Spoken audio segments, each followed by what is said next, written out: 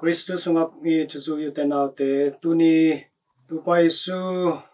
mel ki khel na transfiguration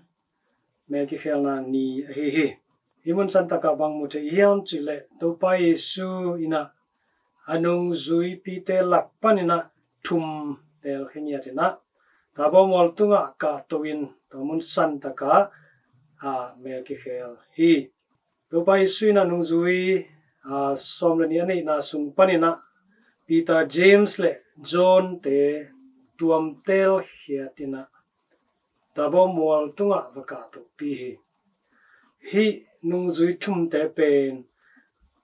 chupa anga phatiak nung zui te chilem ki hialo khani bhangyam chile tua bang ma ina makolien nga anel som thum le sagi na so en lang ina topai suina ki khop na in nei pa makai pa ki khom na in akem pa I tanu adam sak lai takina amau ting thumma na sam se adang nung zui te sam loina Peter James le John te ma na sam se toma bangina makolien som thu anel thum na sunga zong topai suina biakin pi Jerusalem biakin pi akisianari thu again tak changin hi thu to ki saina chik changina hibang thu te piang ri hiam chinga anadong ki nung sui pi te laka hi thum te ma nana pa lew hi toma bangina makolien som le li anel som thum le thum na azong topai suina solo ina galte na manina simmo na bo sen na singlam te posakina singlam te tung atha na di hun atun ma in gesmani huan sunga thungen ina paina muna hi nungzui thum Peter James le John te ma nana sam se hi nungzui thum te ina thupa anga padia itidiam topai su ung si no ung thoki khit polpi ungkipat na polpi masate hun sunga zo ama teng chumma ongding pi phadiak pa hi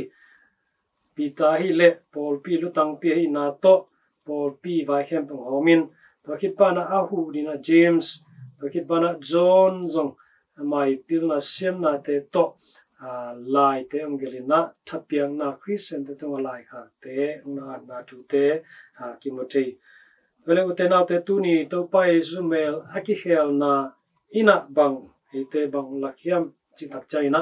I mel kihel na pen Christufani zong kichia hiam na bang hiam chile Christuina kwa hiam chi ongkila na china zong kigen te Christuina kwa hiam chi ongkithei bang chi bang na ongkila hiam chi it ki tak changin mel kihel tak changina topai sui veile taka Moses le Elijah te zong oma tua te to amao topai su thu ki kum khom hi chena Elijah ro sunga imohi toina banggen nom hiam chile hi Moses ina thu kham te ai tangina dingin Elijah hi le prophet te ai tangina dingin topai su ai le hun thaka Elijah ro thak arina akilamen Messiah topa hi na la hi tobe thamlovina hi Christu mel ongki khel na sunga nungzui thum te na pi takina nuam sa lungnom na asang pen lungnom na nana ngau hi na banggen nom hiam chile hi mel ki khel na apian mai na topai suina amai gim thong na di thu ong si na di thu le ong talking na di thu te again takcha nung zui te lung hi mo patawina ling long he ai zongina hi nung zui thum samina nung zui thum te na hi van tung nop sang na achep pha ko tak changina o hi itopa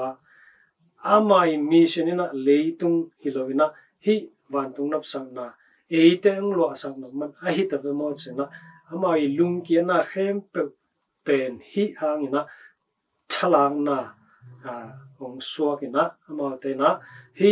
ye mel ki khel na amu hit peduna amaute tha to kha tha to kirim ki hi chi imuthe taminu te naute hi to paisi mel ki khel na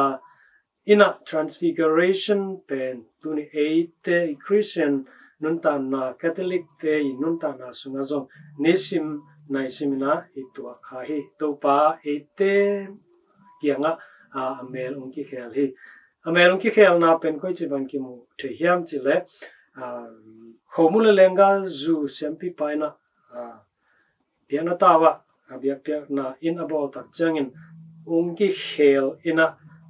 topa isu sila sa ong so hi kana lamdang zo bang ma umlo hi pen transubstantiation zong ki china avan aki khel lo hangina imit eimu na leng khomule lenga zuma imit mu a hangin ite na pen to pai sui sile sa tak ong so na ite abek tam loina lai siang no te isim tak changin lai momo asim hiloina to pa kamalena ite ngom pi abek tam loina sacrament tu te san tak changin zong to sacrament tu te itena mit mu na to isan zio bekilo tua I nunga atuk ma kha tahan na kha thapiang na te omina to tena transfiguration ki khel na tampi tak ong thesa ong musahi tamane Christian nun tang na te ki khel na tampi tak te itena to mu I ma bangin to ki khel na tung tonin ki khel na imu na tung tonin na ite ki khel tak pi te to pai su hangina no pai su ki khel na imu na hangin ite nun tang na zong api ching sak sem hi to pai su ki khel na amu kha achiam kha nung zui thum te na amau te lungsim sunga angai sut thel na te ai kele alung nem na thanem na te panina chahan na anga ma bangun ite na zong I po pi bo na hangina ite na tha laina to pai Christuin to pa tak tak achi na van tung pani oging ina ama thu na ngai ka it ka tapa hi chi oging ina ite nang kip sakhi tamena to pa pasani ai it tapa Yesu Christu ite lai zanga ite to ngom khom ton tung hi amai sile sai san changin amai kam malai sang le sim tak changin le ama pana pol pi in hong bol sak sacrament san sa ama pem khom hi ama to thal khom na nu ta khom ni